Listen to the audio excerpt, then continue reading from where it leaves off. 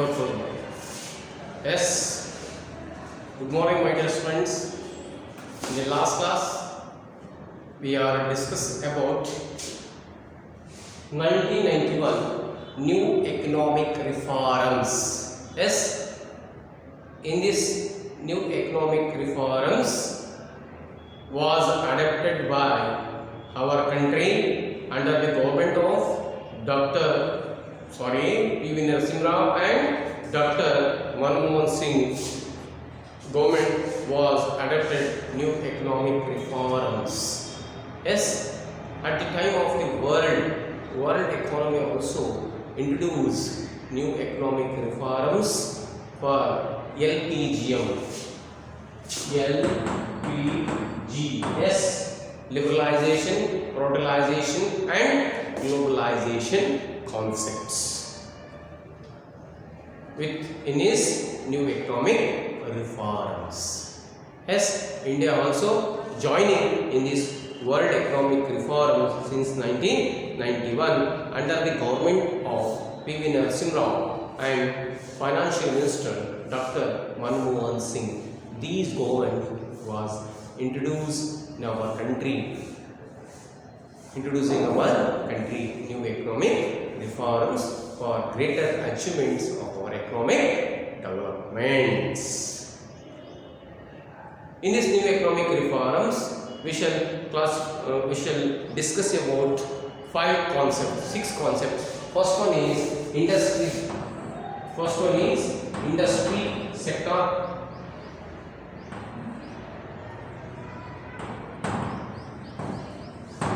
Industrial sector reforms. Second one is agriculture sector reforms. Next, banking sector reforms.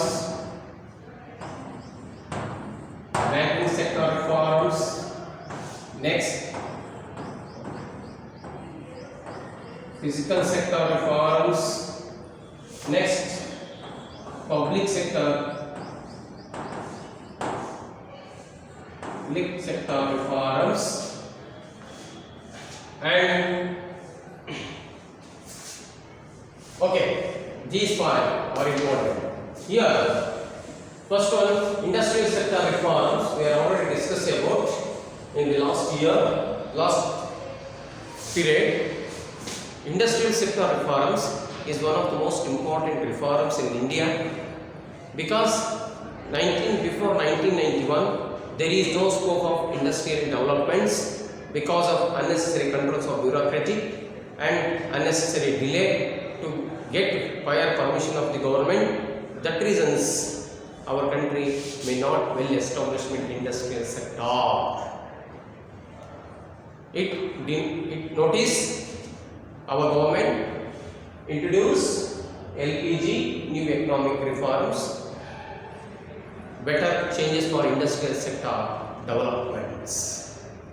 Yes, better changes, developments of industrial sector in both big industries, medium scale industries and cottage scale industries. And next, we shall proceed to discuss about agriculture sector reforms. Agriculture sector reform. Second one ಯಾವುದು?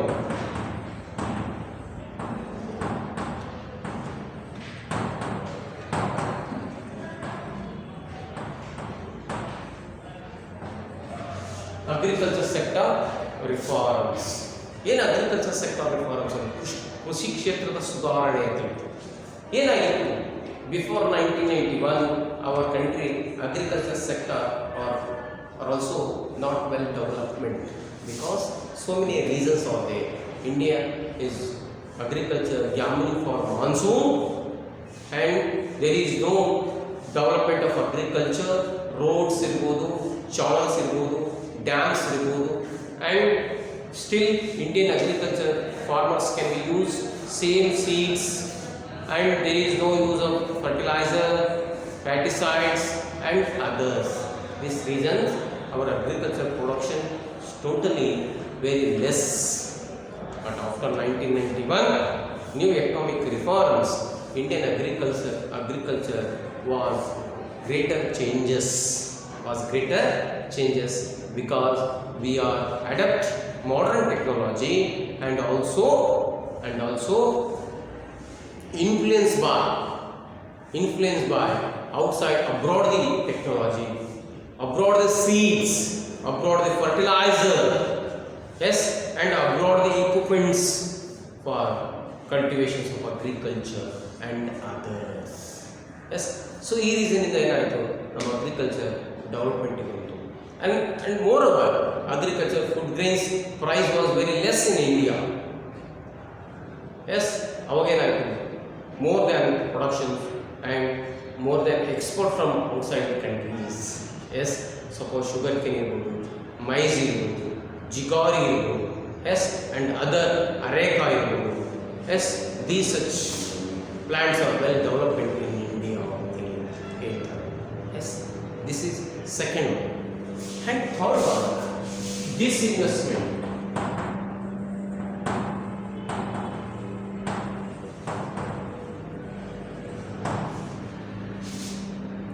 Disinvestment. What do you mean by disinvestment? ಹೂಡಿಕೆ ಹಿಂಪಡಿತ ಅಂತ ಕರಿತೀವಿ. ಯಾವುದಕ್ಕೆ ಹೂಡಿಕೆ ಹಿಂಪಡಿತ ಅಂತ ಕರಿತೀವಿ ಅಂತಂದ್ರೆ, since before 1991, every industrial sector undergoing by the public sector. Many public sector industries are gain losses, not profit motivation.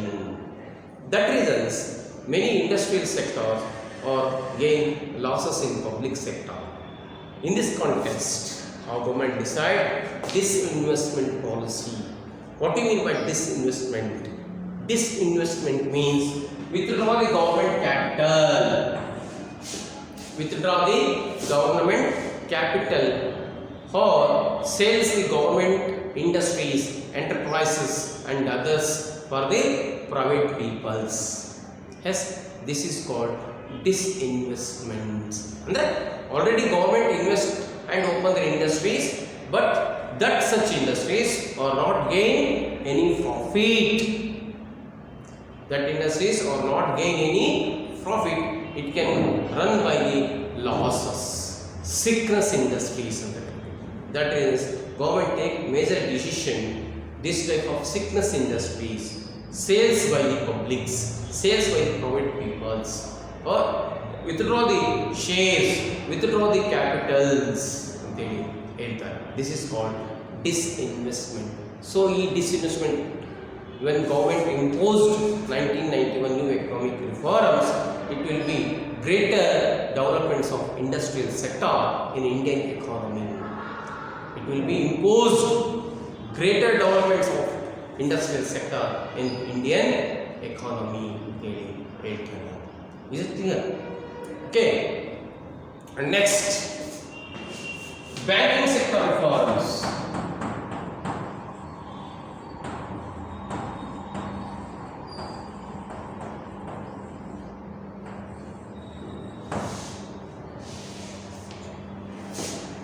Banking sector reforms. Nodi, still 1991, our country may not establishment well bank and banking systems, because most of the agriculture peoples, most of the village peoples depends on endogenous bankers. Yes, endogenous bankers. These such endogenous bankers fix high rate of interest. Yes, high rate of interest, and they are also provide the loan for mortgage, either jewelries, either land and others. ಇವುಗಳನ್ನು ಅವರು mortgage ಮಾಡ್ಕೊಳ್ಳೋದ್ರ ಮೂಲಕ ಏನು ಮಾಡ್ತಾ ಇದ್ರು, loans ಅನ್ನು provide ಮಾಡ್ತಾ ಇದ್ರು. It is greater drawback of our country, rural area and agriculture peoples. That reasons government take a major decision, banking sector reform since 1991 new economic reforms. So ಅಲ್ಲಿ ಏನು ಹೇಳ್ತಾರೆ, ಬ್ಯಾಂಕಿಂಗ್ ಸೆಕ್ಟರ್ ರಿಫಾರ್ಮ್ಸ್ ಏನು ಹೇಳುತ್ತೆ ಅಂದರೆ, each and every headquarters, each and every districts, each and every taluk headquarters, establishment one national bank. These banks provide agriculture loans to the farmers with low rate of interest and long term loans. ನೋಡಿ, government intention ಏನಾಯಿತು? Each and every taluk head quarters and taluk and district establishment separate agriculture bank and also nationalized bank. These such banks provide low rate of interest and long-term loans provided by the agricultures and farmers and village peoples, isn't it? Agriculture, farmers and village peoples. This is banking sector reform. But before 1991, the 1965 14 banks of nationalization, and 1984 another 6 banks are nationalized. Yes, 1965 14 banks are nationalized, and 1984 6 banks are nationalized or provide each and every person loans with low rate of interest. Yes, this is another one. And next, fifth one, fiscal sector reform.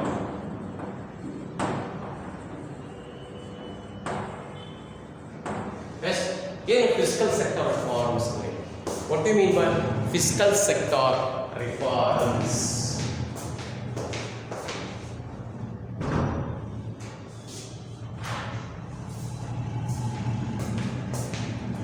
Fiscal sector reforms means it is related to government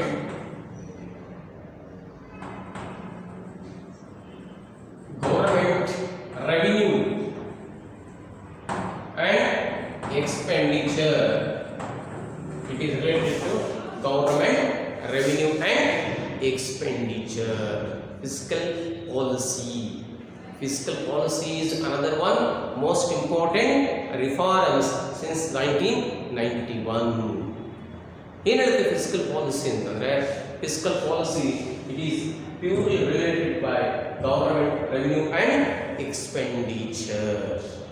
S, how government collect the revenue and how government invest the expenditure among the peoples in the countries. Right? How government collect the revenue and how government expenditure in this collect the revenue ಅಂತ. ಈ ರೀತಿ ಸಂಗ್ರಹಿಸಿದ ತೆರಿಗೆಯನ್ನು ಸರ್ಕಾರ ಯಾವ ರೀತಿ expenditure ಮಾಡಬೇಕು ಮತ್ತು ಯಾವ ರೀತಿ ತೆರಿಗೆಗಳನ್ನು ಸಂಗ್ರಹಿಸಬೇಕು ಅನ್ನೋದನ್ನು ಕುರಿತು ಅಭ್ಯಾಸ ಮಾಡ್ತಕ್ಕಂಥ ಫಿಸಿಕಲ್ ಸೆಕ್ಟರ್ ಅಂದರೆ ಏನರ್ಥ, ಕನ್ನಡದಲ್ಲಿ ಏನಂತಂದರೆ ಕೋಶೀಯ ನೀತಿ ಅಂತ ಹೇಳಿ ಕರೀತಾರೆ. ಕೋಶೀಯ ನೀತಿ ಅಂತಂದರೆ ಇದು ಸರ್ಕಾರದ ಆದಾಯ ಮತ್ತು ವೆಚ್ಚಗಳಿಗೆ ಸಂಬಂಧಪಟ್ಟಿರ್ತಕ್ಕಂಥದ್ದಾಗಿರುತ್ತದೆ. ಸರ್ಕಾರದ ಆದಾಯ ಮತ್ತು ವೆಚ್ಚಗಳು ಯಾವ ರೀತಿ ಇರಬೇಕು, government income and expenditure, how it can be made by the government, how government would be collect the revenue and shall expenditure by the nations, different types of infrastructure provided by the peoples and create welfare. Yes, ಇದು ಭಾಳ important physical sector reforms ಅನ್ನೋದು ಹೇಳ್ತಾರೆ. ಅಂದರೆ government how collect the revenue ಅಂದರೆ government ರೆವಿನ್ಯೂವನ್ನು ಯಾವ ರೀತಿ collect ಮಾಡಬೇಕು ಅನ್ನೋದಕ್ಕೆ there are 2 types of weapons are there. One is tax revenue and second one is non-tax revenue ಅಂತ ಹೇಳ್ತಾರೆ. One is tax revenue and second one is non-tax revenue. ಈ ರೀತಿ tax revenue and non tax ರೆವಿನ್ಯೂವನ್ನು ಏನು ಮಾಡಬೇಕು, impose ಮಾಡ್ಕೋಬೇಕು, ಅದೇನು ಮಾಡಬೇಕು, ಕಲೆಕ್ಟ್ ಮಾಡ್ಕೋಬೇಕು ಅಂತೇಳಿ ಹೇಳ್ತಾರೆ. ಮತ್ತು ಎಕ್ಸ್ಪೆಂಡಿಚರ್ಸಲ್ಲಿ 2 ಟೈಪ್ಸನ್ನು ನೋಡ್ತೀವಿ ನಾವು. One is plan expenditure and second one is non plan expenditure.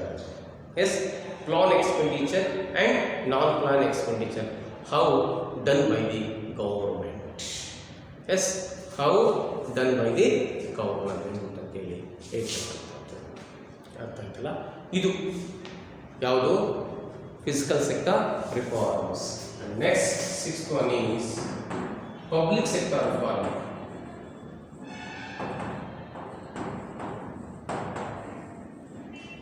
Public sector reforms, ಸಾರ್ವಜನಿಕ ವಲಯದ ಸುಧಾರಣೆ. ಪಬ್ಲಿಕ್ ಸೆಕ್ಟರ್ ರಿಫಾರ್ಮ್ಸ್ ಅಂದರೆ ಏನಂತ, What do you mean by public sector? Public sector means it is purely undertaken by the government. It is purely undertaken by the government. Government sector reforms. ಯಾವ public sector ಅಂದ್ರೆ which sector investment by the government, either industry ಇರ್ಬೋದು, either health ಇರ್ಬೋದು, either education ಇರ್ಬೋದು, either other infrastructure ಇರ್ಬೋದು, ಯಾವುದು road transport ಇರ್ಬೋದು ಅಥವಾ air transport ಇರ್ಬೋದು ಅಥವಾ ರೈಲ್ವೆ ಇರ್ಬೋದು, ಅಥವಾ ಇನ್ಫ್ರಾಸ್ಟ್ರಕ್ಚರ್ ಇರ್ಬೋದು, ಸೊ ಅಡ್ಮಿನಿಸ್ಟ್ರೇಟಿವ್ ಇರ್ಬೋದು. ಸೊ ಇವೆಲ್ಲವೂ under by the public sector. ಇವೆಲ್ಲ ಯಾವುದ್ರಲ್ಲಿ ಬರ್ತಕ್ಕಂಥದ್ದು ಅಂತಂದರೆ ಪಬ್ಲಿಕ್ ಸೆಕ್ಟಾರ್ ರಿಫಾರ್ಮ್ಸಲ್ಲಿ ಬರ್ತಕ್ಕಂಥದ್ದು. ಎಲ್ಲವೂ ಗೌರ್ಮೆಂಟ್ ಯಾವ ರೀತಿ ಮಾಡುತ್ತೆ. How can made by the public sector reforms. But before 1991 public sector is mass interfere into, but after 1991 liberalization, globalization, totalization reduce the public sector interest and participation ante ಹೇಳ್ತಾರೆ. After 1991 new economic reforms totally reduced by the public sector participation and public sector interfere. Even though any productions, even though any investment, totally public sector withdraw the investment of industrial sector and totally reduce it. And government participation is totally reduced in production process anteli one kade ಹೇಳ್ತಾರೆ. Another one ಏನು ಹೇಳ್ತಾರೆ ಅಂದರೆ public sector only for few types investments ಇರಬೇಕು. ಅದು ಯಾವುದು ಅಂತಂದರೆ ಅದು defence investment ಇರಬೇಕು, ಅಂದರೆ ರಾಷ್ಟ್ರ ರಕ್ಷಣೆಗೋಸ್ಕರ ಅದು ಇನ್ವೆಸ್ಟ್ಮೆಂಟನ್ನು ಮಾಡಬೇಕು.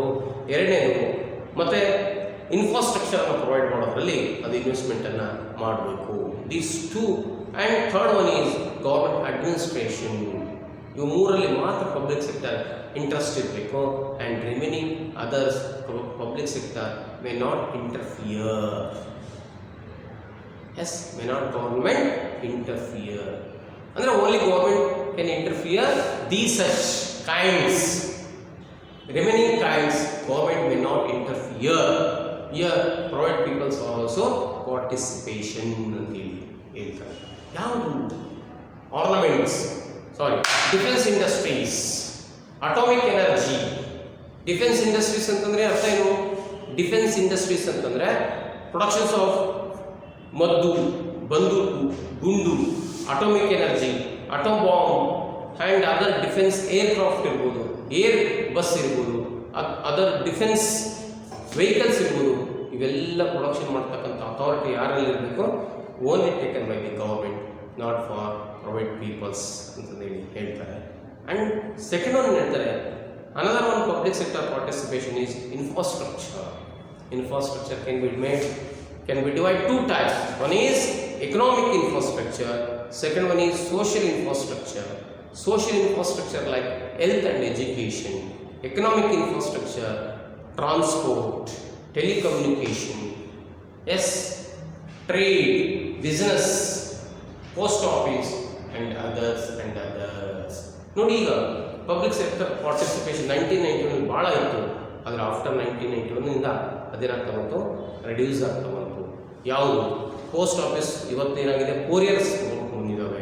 ನೆಕ್ಸ್ಟ್ ಟೆಲಿಫೋನಲ್ಲಿ ಅವಾಗ ಒಂದೇ ಒಂದಿತ್ತು, BSNL, ಭಾರತ್ ಸಂಚಾರ್ ನಿಗಮ ಲಿಮಿಟೆಡ್ ಇತ್ತು. ಈಗ ಭಾಳಷ್ಟು ಮೊಬೈಲ್ ಕಂಪ್ನಿಗಳು ಬಂದಿದ್ದಾವೆ. ಎಸ್, ಸೊ ಹೀಗೆ ಪಬ್ಲಿಕ್ ಸೆಕ್ಟರಲ್ಲಿ government only interfere some of the industries, some of the production process and remaining production process purely provide by the private peoples ಅಂತ ಹೇಳಿ ಹೇಳ್ತಕ್ಕಂಥದ್ದು. ಎಸ್, ಅರ್ಥಾತ್ ಇಷ್ಟು ಪಬ್ಲಿಕ್ ಸೆಕ್ಟರ್ ರಿಫಾರ್ಮ್ಸ್ ಅಂದರೆ ಏನು ಅರ್ಥ.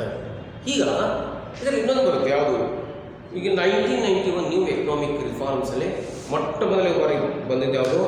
Industrial policy, agriculture policy, physical policy, banking sector reforms, physical policy and public sector reforms. ಅಂದರೆ ಮೊದಲು ಕೈಗಾರಿಕಾ ಸುಧಾರಣೆ, ಕೃಷಿ ಸುಧಾರಣೆ, ಬ್ಯಾಂಕಿಂಗ್ ವಲಯದ ಸುಧಾರಣೆ, ಮತ್ತು ಕೋಶೀಯ ನೀತಿಯ ಸುಧಾರಣೆ, ಮತ್ತು ಸಾರ್ವಜನಿಕ ವಲಯದ ಸುಧಾರಣೆಗಳು. ಈ 5 ಅಂಶಗಳು 1991 ನ್ಯೂ ಎಕನಾಮಿಕ್ ರಿಫಾರ್ಮ್ಸಲ್ಲಿ ತುಂಬ ಅವಶ್ಯಕತೆಯನ್ನು ಪಡೆದಿರ್ತಕ್ಕಂಥವು ಅಂತೇಳಿ ಹೇಳ್ತಾರೆ. ಯಾಕೆ ಬೇಕಾಗಿತ್ತು ಅಂದರೆ since 1991 India has called under developed country. Our country may not develop. ನಮ್ಮ ದೇಶ ಎಂಥ ರಾಷ್ಟ್ರವಾಗಿತ್ತು ಅಂತಂದರೆ ಅಂಡರ್ ಡೆವಲಪ್ಡ್ ಕಂಟ್ರೀಸ್, ಅನಭಿವೃದ್ಧಿ ಹೊಂದಿದ ರಾಷ್ಟ್ರವಾಗಿತ್ತು. After 1991 when India adopt these such world economic reforms policies, liberalization, globalization and privatization, these such policies was most important and well achieved India many sectors, either public sector, reduce the public sector and provide mass private sector participation, both industries, both primary sector and secondary sector and even also tertiary sector. Isn't it? ಭಾಳ investment ಆಗುತ್ತೆ ಯಾವುದರಲ್ಲಿ? ಗೌರ್ಮೆಂಟಲ್ಲಿ. ಯಾವಾಗ? After 1991 new industrial policy, new economic ರಿಫಾರ್ಮ್ಸಲ್ಲಿ ಆಗಿರ್ತಕ್ಕಂಥ changes ಅಂತ ಹೇಳ್ತಾರೆ. S. And next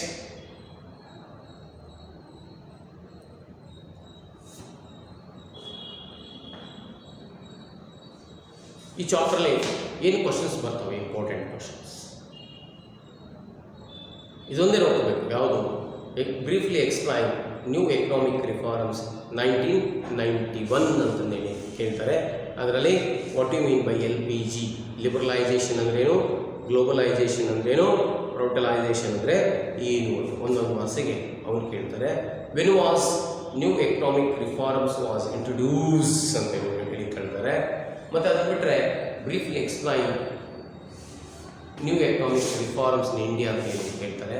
ಅವಾಗ ಒಂದು ಬೈ ಒಂದು ಬರೀಬೇಕು. ಮೊದಲು industrial sector reforms, agriculture sector reforms, fiscal sector reforms, banking sector reforms and public sector reforms. These such goals are most important in adopted by liberalization, globalization and privatization in India ಅಂತ ಹೇಳ್ತಾರೆ. ಅರ್ಥ ಇಲ್ಲ? ಇಷ್ಟು questions ನೀವು ಇದರಲ್ಲಿ ನೋಡ್ಕೋಬೇಕು. ಅದರಲ್ಲಿ what you mean by privatisation ಅಂದ್ರೇನು, what you mean by globalisation ಅಂದ್ರೇನು, what you mean by liberalisation ಅಂದರೆ ಏನು, what you mean by nationalisation ಅಂದರೆ ಏನು, what you mean by privatisation ಅಂದರೆ ಏನು, ಇವೆಲ್ಲವೂ ಉತ್ತರನ ಸರಿಯಾಗಿ ನೀವು ತಿಳ್ಕೊಂಡಿರಬೇಕು ಅಂತೇಳಿ ಹೇಳ್ತೀನಿ. ಅರ್ಥ ಆಯ್ತಲ್ಲ? ಇಷ್ಟನ್ನು ನೀವು ಅದರಲ್ಲಿ ನೋಡ್ಕೊಳ್ಳಿ. ಇದರಲ್ಲಿ ನಿಮಗೆ ಮತ್ತೆ ನೋಟ್ಸನ್ನು ಕೊಟ್ಟಾಗ ಅದನ್ನು ಸ್ವಲ್ಪ ಚೆನ್ನಾಗಿ ನೀವು ನೋಡ್ಕೊಳ್ಳಿ. ಇದರಲ್ಲಿ ಇನ್ನೊಂದು ಬರುತ್ತೆ, ಯಾವುದು? MRTP ಆ್ಯಕ್ಟ್ ಅಂತ. ಯಾವುದು? ಇಂಡಸ್ಟ್ರಿಯಲ್ ಸೆಕ್ಟರ್ ರಿಫಾರ್ಮ್ಸಲ್ಲಿ MRTP ಆ್ಯಕ್ಟ್ ಅಂತ. ಏನು MRTP ಆ್ಯಕ್ಟ್ ಅಂತಂದರೆ? What you mean by MRTP act? Yes, what you mean by MRTP act ಅಂತೇಳಿ ಹೇಳ್ತಾರೆ. MRTP ಆ್ಯಕ್ಟಲ್ಲಿ ಏನು ಹೇಳ್ತೀವಿ ನಾವು ಅಂತಂದರೆ monopoly restrictive trade practices. MRTP act ಅಂತಂದ್ರೆ monopoly ರೆಸ್ಟ್ರಿಕ್ಟಿವ್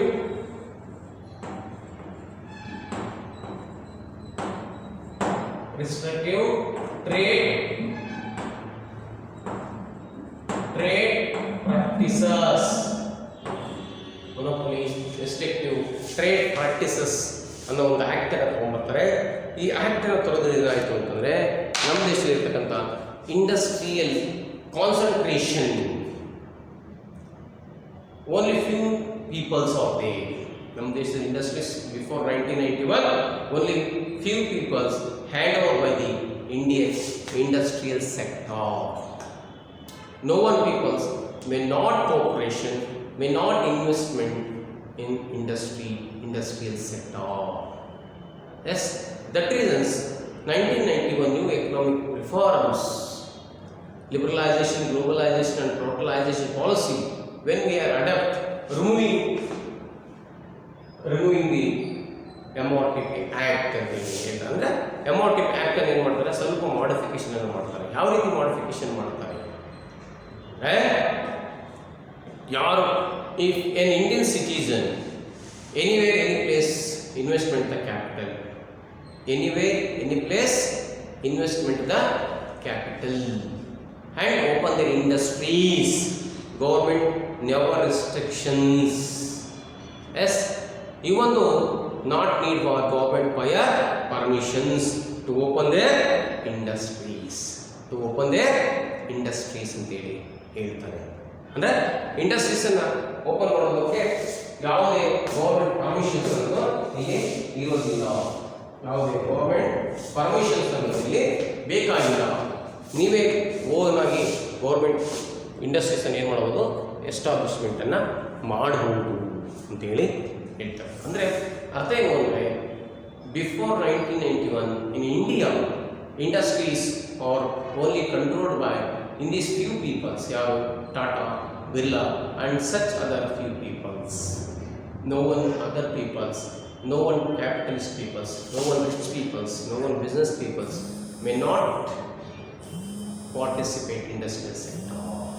In this reason, our industries are only concentration few cities, not for other cities. That is, government take a major decision, new industrial policy, removing of MOTP Act. MOTP Act ಏನು ಮಾಡ್ತದೋ review ಮಾಡಬೇಕು ಅಂತೇಳಿ ಹೇಳ್ತಾರೆ ಅಂತ.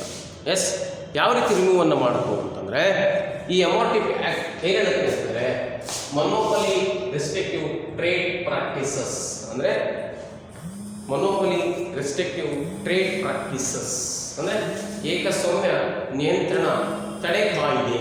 ಏಕಸ್ವಾಮ್ಯ ನಿಯಂತ್ರಣ ತಡೆ ಕಾಯ್ದೆ ಅಂದರೆ ನಮ್ಮ ದೇಶದಲ್ಲಿ ಯಾರೂ ಸಹ ಕೈಗಾರಿಕೆ ನಿಯಂತ್ರಿಸುವಂತಿಲ್ಲ. ಯಾರಲ್ಲಿ ದುಡ್ಡಿದೆ, those who are have the capital. Yes, ಯಾರಲ್ಲಿ ದುಡ್ಡಿದೆ ನೀನು ಹೋಗಿ ಸುಲಭವಾಗಿ ಯಾವುದಾದ್ರೂ ಒಂದು ಕೈಗಾರಿಕೆಯನ್ನು ಸ್ಥಾಪನೆಯನ್ನು ಮಾಡ್ಬೋದು. ನಿನಗೆ ಯಾವುದೇ ರಿಸ್ಟ್ರಿಕ್ಷನ್ಸ್ ಅನ್ನೋದು ಇರಲ್ಲ. ಎಸ್, ಆ್ಯಂಡ್ ನೆಕ್ಸ್ಟ್ FDI ಅಂತ, ಫಾರಿನ್ ಡೈರೆಕ್ಟ್ ಇನ್ವೆಸ್ಟ್ಮೆಂಟ್ ಅಂತ ಅಂತಾರೆ. ಇದು ಬಂದಮೇಲೆ ಏನೋ ಯಾವುದು foreign FDI.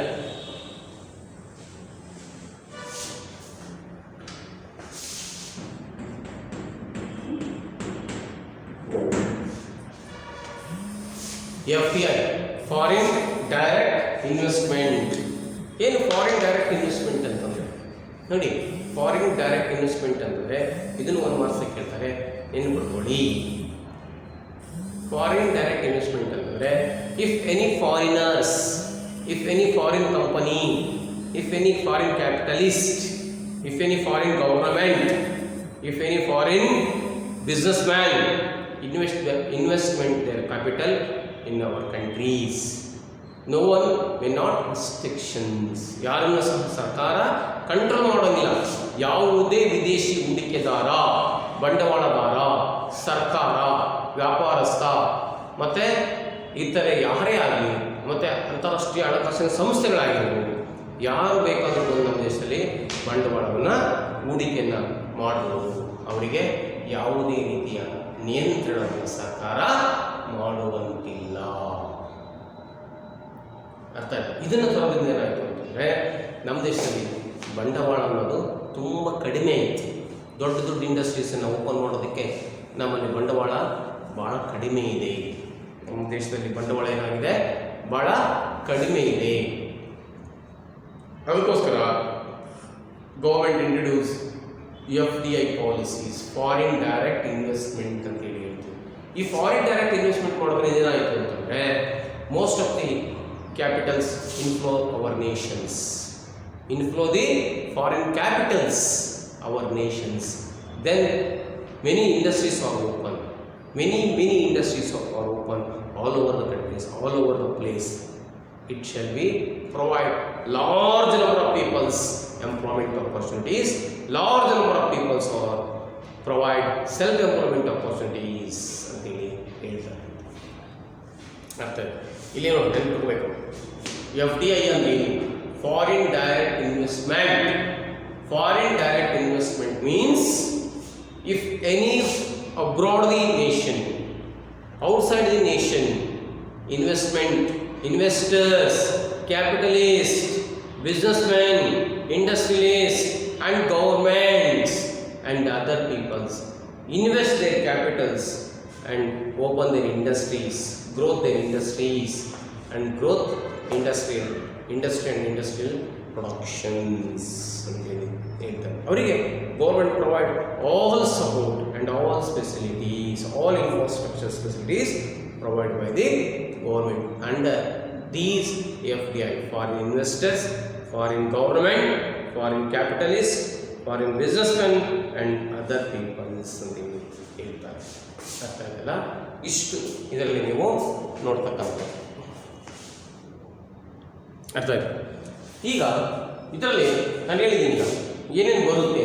New economic reforms since 1991. Since 1991ನಲ್ಲಿ ಏನೇನು ಬಂತು ಅನ್ನೋದನ್ನು ನಿಮಗೆ ಬ್ರೀಫಾಗಿ ಹೇಳಿದ್ದೀನಿ. 1991 ಬಿಫೋರಲ್ಲಿ 1991 up to 1991 up to 1951, 1951 to 1991 after the independence of our economy reforms and 1947 Indian economic reforms. ಏನಾಗಿತ್ತು 1947ನಲ್ಲಿ Britishers was ruled our countries. There is no scope, there is no economic developments. Their intention is only carry the amount, carry the capitals. Yes, ನಮ್ಮ ದೇಶದ ಸಂಪತ್ತನ್ನು carry the wealth of India, transfer the England. ಅದೊಂದೇ ರೀಸನಿಂದ ಅವ್ರು ಏನು ಮಾಡಿದ್ರು, ನಮ್ಮ ದೇಶದಲ್ಲಿ ಬಂದರು ಅಂತೇಳಿ ಹೇಳ್ತಾರೆ. ಅರ್ಥ ಆಯ್ತಲ್ಲ? ಅವಾಗ on situation Indian economy was very worst. But after 1951 to 1991 slowly growth of our Indian economy. But after 1991 our economy was more and well growth under these government, under such government P. V. Narasimha Rao and Dr. Manmohan Singh. ಏನು ಹೇಳ್ತಾರೆ ಅವರು ಅಂತಂದರೆ, new economic reforms was most important in Indian economy because Indian economy is underdeveloped economy. In this economy we are try to improve. That reasons we are adapt new economic world, new economic reforms, liberalization, globalization and privatization. These such policies will develop our countries. Many things, many kinds. ಯಾವುದಿರ್ಬೋದು? First one industrial sector developments reforms ಇರ್ಬೋದು. Second one agriculture development ಇರ್ಬೋದು. Third one physical sector ಇರ್ಬೋದು, banking sector ಇರ್ಬೋದು, foreign trade ಇರ್ಬೋದು, yes and public sector reforms ಇರ್ಬೋದು. ಎಲ್ಲ development ಆಯಿತು. 1991 ಹೊಸ ಆರ್ಥಿಕ ಸುಧಾರಣೆಗಳು ಭಾರತ ಪಾಲಿಗೆ ಇವು ತುಂಬ ಅವಶ್ಯಕವಾಗಿದ್ದವು. ಯಾಕೆ ಅಂತಂದರೆ ವಿಶ್ವದ ಆರ್ಥಿಕತೆಯೊಂದಿಗೆ ಭಾರತ ಆರ್ಥಿಕ ವ್ಯವಸ್ಥೆ ಬೆಳವಣಿಗೆ ಹೊಂದಬೇಕು. ಅದಕ್ಕೋಸ್ಕರ ವಿಶ್ವದ ಆರ್ಥಿಕ ವ್ಯವಸ್ಥೆಯಿಂದ ಬಂದಂತಹ ಉದಾರೀಕರಣ, ಜಾಗತೀಕರಣ ಮತ್ತು ಖಾಸಗೀಕರಣದ ನಿಯಮಗಳನ್ನು ನಮ್ಮ ದೇಶದ ಆರ್ಥಿಕ ವ್ಯವಸ್ಥೆಗೆ ಅವುಗಳನ್ನು ಅಳವಡಿಸ್ಕೊಳ್ಳೋದ್ರ ಮೂಲಕ ನಮ್ಮ ದೇಶದ ಆರ್ಥಿಕತೆಯನ್ನು ಮೇಲೆತ್ತಬೇಕು. ಯಾವುದರಲ್ಲಿ? ಅದು ಕೃಷಿ, ಕೈಗಾರಿಕಾ ಕ್ಷೇತ್ರದಲ್ಲಿ ಇರ್ಬೋದು. ಕೈಗಾರಿಕಾ ಕ್ಷೇತ್ರವನ್ನು ಮೇಲೆತ್ತಬೇಕಂದ್ರೆ ಈ ಆರ್ಥಿಕ ಬಣಗಳು, ಪಾಲಿಸಿಗಳು ತುಂಬ ಅವಶ್ಯಕ ಅಂತ ಹೇಳಿರ್ತಾರೆ. ನೆಕ್ಸ್ಟ್ ಎರಡನೇ ಯಾವುದು ಅಂತಂದರೆ ಕೃಷಿ ಕ್ಷೇತ್ರ ಸುಧಾರಣೆ. ಇದು ಸಹ ತುಂಬ ಅವಶ್ಯಕತೆ ಇದೆ. ಭಾರತ ಕೃಷಿ ಪ್ರಧಾನ ರಾಷ್ಟ್ರವಾಗಿರೋದ್ರಿಂದ ಇಲ್ಲಿ ಕೃಷಿ ಕ್ಷೇತ್ರದ ಸುಧಾರಣೆ ಅತ್ಯಂತ ಅವಶ್ಯಕವಾಗಿ ಆಗಲೇಬೇಕು ಅನ್ನೋ ಒಂದು ಮನದ ಅಭಿಲಾಷೆ ಇಟ್ಕೊಂಡು ಸರ್ಕಾರ ಈ ಹೊಸ ಆರ್ಥಿಕ ಸುಧಾರಣೆಗಳನ್ನು ತಗೊಂಡ್ಬಂತು. ಆನಂತರ banking sector reforms. Most of the peoples are living in rural area. They are depends on money lenders are indigenous bankers. Money ಲೆಂಡರ್ಸನ್ನು ಅವರು ಡಿಪೆಂಡ್ ಆಗಿರ್ತಾರೆ. In this money lenders impose more rate of interest with mortgage loans. ಇದರಿಂದ ಅವರಿಗೆ ತುಂಬ suffer ಆಗ್ತಾಯಿತ್ತು. ಅದಕ್ಕೋಸ್ಕರ government establishment each and every taluk headquarters one national bank with provide low rate of interest and agriculture loans and others ಅಂತೇಳಿ ಹೇಳ್ತಾರೆ. Next physical sector. ಕೋಶೀಯ ನೀತಿ ಅಂದರೆ ಏನು? ಕೋಶೀಯ ನೀತಿ ಅಂತಂದರೆ ಇದು ಸರ್ಕಾರಕ್ಕೆ ಸಂಬಂಧಪಟ್ಟಿರ್ತಕ್ಕಂಥದ್ದು, ಸರ್ಕಾರದ ಆದಾಯ ಮತ್ತು ವೆಚ್ಚಗಳಿಗೆ ಸಂಬಂಧಪಟ್ಟಿರ್ತಕ್ಕಂಥ ನೀತಿಯೇ ಕೋಶೀಯ ನೀತಿ ಅಂತ ಹೇಳ್ತೀವಿ. ಕೋಶೀಯ ನೀತಿ ಇದು ಸರ್ಕಾರ ಯಾವ ರೀತಿ ಆದಾಯವನ್ನು ಸಂಗ್ರಹಿಸಬೇಕು, ಯಾವ ರೀತಿ ತೆರಿಗೆಗಳನ್ನು ಹಾಕಬೇಕು, ಯಾವ ರೀತಿ ತೆರಿಗೆತರ ಆದಾಯಗಳನ್ನು ಹಾಕಬೇಕು, ಇದರಿಂದ ಆದಾಯವನ್ನು ಯಾವ ರೀತಿ ಸಂಗ್ರಹಿಸಬೇಕು ಮತ್ತು ಸಂಗ್ರಹಿಸಿದ ಆದಾಯವನ್ನು ಯಾವ ರೀತಿ ವೆಚ್ಚ ಮಾಡಬೇಕು ಅನ್ನೋದು ಸರ್ಕಾರ ಇದರ ಬಗ್ಗೆ ಮನಗಾಣಬೇಕು ಅಂತ ಹೇಳ್ತಕ್ಕಂಥದ್ದು. ಆ್ಯಂಡ್ ಲಾಸ್ಟ್ ಒಂದು ಸಾರ್ವಜನಿಕ ವಲಯದ ಸುಧಾರಣೆ, public sector reforms is also another one important. ಯಾಕೆ ಅಂತಂದರೆ public sector is purely under by the government. Some of the government sector gain losses, and some of the sector government may not interfere in the economy. ಈ ಒಂದು reason ಇಟ್ಕೊಂಡು ಈ ಒಂದು 1991 new economic ರಿಫಾರ್ಮ್ಸನ್ನು ನಮ್ಮ ದೇಶದಲ್ಲಿ ತೊಗೊಂಡ್ಬರ್ತಾರೆ ಅಂತೇಳಿ ಹೇಳ್ತಾರೆ. ಅರ್ಥ ಆಯ್ತಲ್ಲ? ಇದ್ರ ಬಗ್ಗೆ ಸ್ವಲ್ಪ ನಿಮಗೆ ಅರ್ಥ ಆಗಲ್ಲ, ಇದೆ ಮುಂದೆ ಬಂದಾಗ ಮತ್ತೊಂದು ಸಲ ಇದನ್ನು ನಾನು ರಿಪೀಟ್ ಮಾಡ್ತೀನಿ. ಓಕೆ, ಇವತ್ತಿಗೆ ನಿಮಗೆ ಸಾಕು.